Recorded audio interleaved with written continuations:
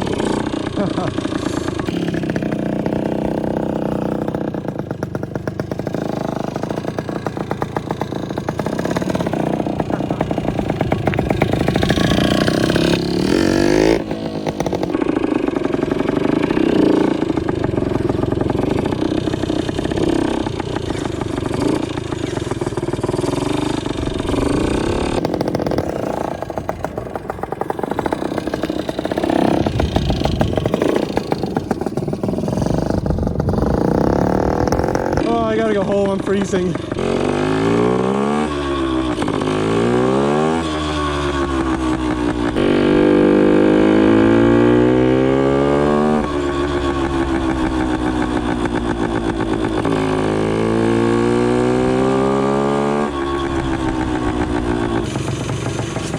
Hey, what's up guys? Desperately in need of a haircut, Cosmo here. And well, YouTube likes 8-minute videos, so I figured I would actually talk about my TY175, which I haven't really discussed on the channel. I don't even think you guys knew I had a TY175. If you follow my Instagram, you would, but it's not like I'm some big shot YouTuber, right? So who really cares what I own or not? But I love this bike. I love the bikes that I own, and I'm making this video just to share it with you guys. This is my TY175, 1976. It's got a couple of issues. I got it for a killer deal though. I'm really happy about it. As you can see, I have a suspected fuel leak. I'm not sure, but I think I have a fuel leak, so I just got a little towel there for now just to mitigate it. And I definitely have a leaky rear shock, which I have to get rebuilt, but that's not really a big deal. This bike is like both nice and crappy at the same time, but I think that's the perfect combo because it makes me feel carefree about it. You know, I'm not like stressing about it. I'm not worried that I'm gonna scuff something up, like with my IT175, which I have been hiding and I haven't made a video about it yet. Another one of my dream bikes. It's right there. I was hiding it in another video. I don't know why. It's who cares, right? But yeah, DT175, IT175, and now I've got a TY175.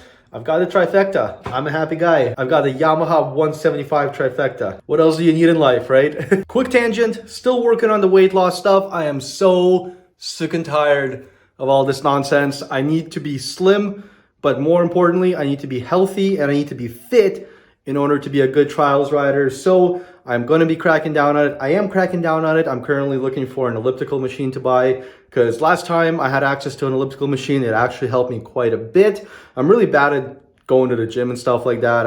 I pay for memberships and I just don't go. So I need to have something at home, and hopefully an elliptical machine will help with that. And I can be healthy, I can be fit, and I can be a beast of a trials rider. And by hope, I mean I will.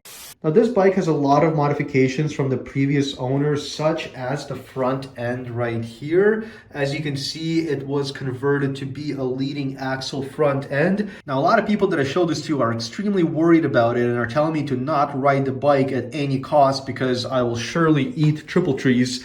However, You know, judging by everything else on the bike, this looks like it has held up just fine. I've talked to a couple of people who are both professional welders and also just professional bike builders. And the professional welder said it's not going to be featured on any weld magazines or websites anytime soon, but it should do the trick. And the professional bike builder said I'm not going off any cliffs or like drops anytime soon, so I should be okay. But definitely something to keep in mind. I'm not disregarding all the people that are concerned for my safety. I'm certainly not. I do appreciate it. I think it's good to look out for each other like that. In fact, I'm the first guy to actually point stuff out like that. But my mechanically inclined mindset is telling me that that is likely okay, at least for the kind of riding that I'm currently doing, which is not very intensive. This bike has Fox shocks, which are really cool, but they do need to get rebuilt. They are kind of leaky. It does need stuff like for example, the chain rub roller, whatever you want to call it, definitely needs new sprockets, definitely needs a new chain. But I mean, she purrs. Got an aftermarket fender, which I'm not exactly a huge fan of, but it does the trick for now. It does have a custom exhaust, actually. This thing is pretty snazzy. I at first thought it was a Wes exhaust, but it is not. It is a DIY custom aluminum exhaust, which is actually really rad and it sounds really, really good. It is dented. I polished it up, made the dents a lot more evident.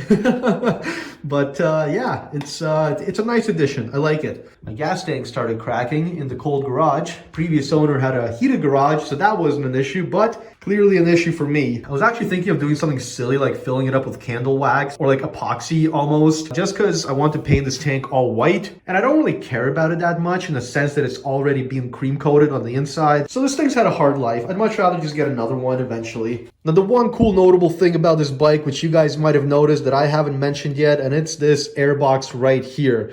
I paid a pretty penny for this thing, but it's awesome. I did not get a stock airbox with it. In fact, I got this like crazy just contraption that somebody made with dish sponges, and I don't even know, man. I'm gonna put a video here just to show you guys the monstrosity that I found in this thing when I first got the bike.